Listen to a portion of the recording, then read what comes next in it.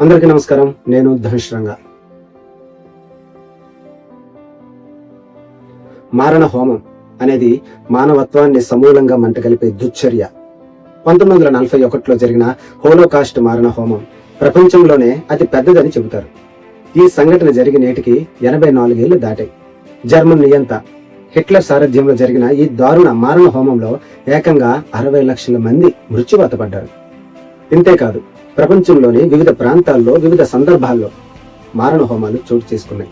వాటిలో అత్యంత భీకరమైన 5 మారణ హోమాల గురించి ఇప్పుడు మనం తెలుసుకుందాం.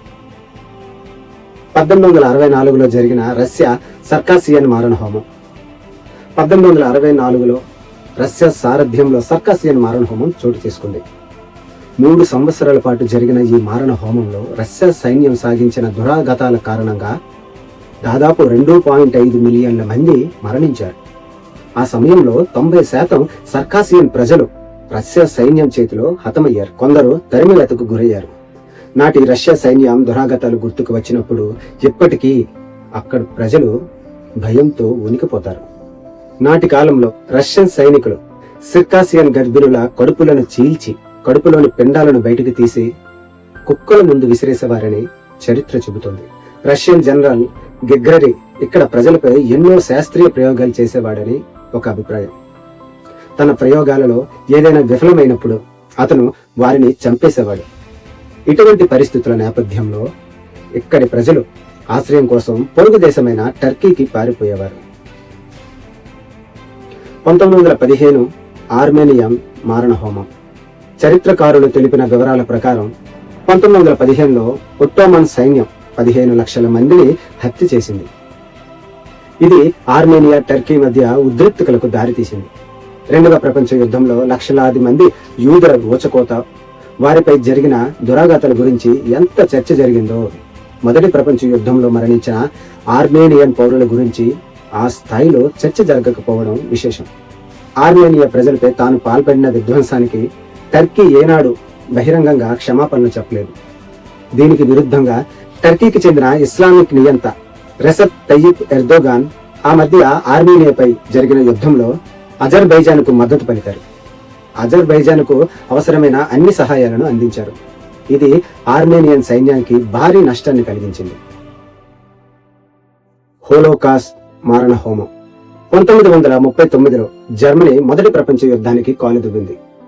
హిట్లర్ యూదులనందరినీ తుదముట్టించడానికి తన వ్యూహాలను అమలు చేశాడు. 1941లో అస్విట్జ్ లోని నాజీ హోలోకాస్ట్ సెంటర్లోని హిట్లర్ ఇంటెలిజెన్స్ ఏజెన్సీకి యూరోప్ లోని పలు దేశాల నుండి యూదులను తీసుకువచ్చారని చెబుతారు.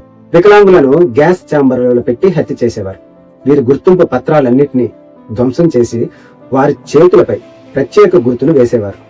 ఈ శిబిరంలో యూదులను నాజీ సైనికులు రకరకాలుగా హింసించేవారు.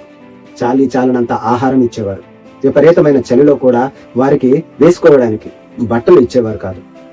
వీరిలో ఎవరైనా అనారోగ్యం పాలైనా లేదా పని చేయలేని స్థితిలో ఉన్న వారిని గ్యాస్ ఛాంబర్లో ఉంచేవారు లేదా కొట్టి చంపేవారు. ఖైదీలకు బహిరంగ శిక్ష విధించేవారు. దాని ద్వారా అక్కడున్న ఇతరులను భయపెట్టడానికి ఈ విధానాన్ని అనుసరించేవారు. హోలోకాస్ట్ లో సుమారు 60 లక్షల మంది యూదులు హత్యకు గురయ్యారని అనేక రిపోర్ట్లు చెబుతున్నాయి. ఇది ఆనాటి యూదుల జనాభాలో 2/3 వంతని చరిత్ర చెబుతుంది. 1970లో కాంబోడియా మారణ హోమం. దక్షిణ అమెరికా దేశమైన కాంబోడియాలో 1970వ దశాబ్దంలో కమ్యూనిస్టు పార్టీ ప్రధాన కార్యదర్శి పోల్ పాట్ నాయకత్వంలో ఖైమర్ రూజ్ పాలనలో ప్రజలపై విపరీతమైన దౌర్జన్యాలు జరిగాయి. 1975 నుంచి 1979 సంవత్సరాల మధ్య సుమారు 20 లక్షల మంది మరణించారు. ఈ సంఖ్య ఆనాటి కాంబోడియా మొత్తం జనాభాలో 4/1 వంతని చెబుతారు. పాల్ పాట్ ఖైమర్ రోజులకు చైనీస్ కమ్యూనిస్టు పార్టీ దాని నియంత మావో జడాంగ్ మద్దతు పలికారు. ఇదే క్రమంలో ఖైమర్ రోజుకు 90% విదేశీ సహాయం చైనా నుండి వచ్చినట్లు అంచనా. ఇందులో ఆర్థిక సైనిక సహాయం కూడా ఉంది.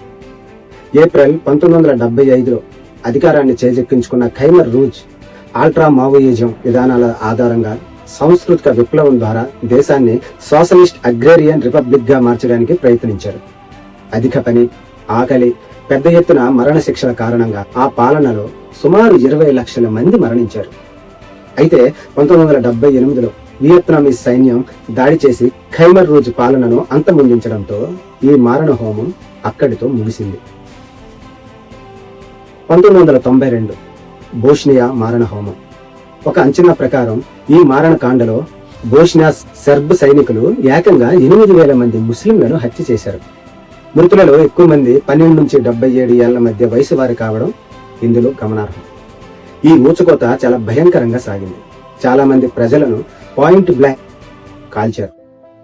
ఈ ఊచకోత తర్వాత బోస్నియా మాజీ సెర్బ్ కమాండర్ జనరల్ రాట్కో మ్లాడిక్ కసాయవాడిగా పేరు పొందాడు.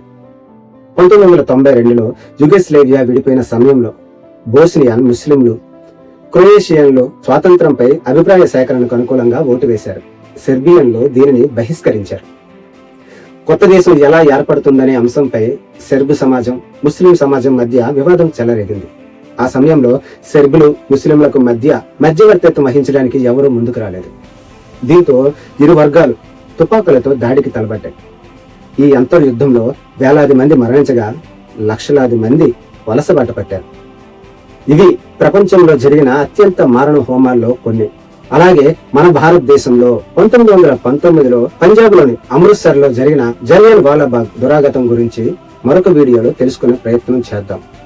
ఈ వీడియో కనుక మీకు నచ్చినట్లయితే లైక్ చేయండి, షేర్ చేయండి, మీ అభిప్రాయాన్ని కామెంట్ రూపంలో తెలియజేయండి.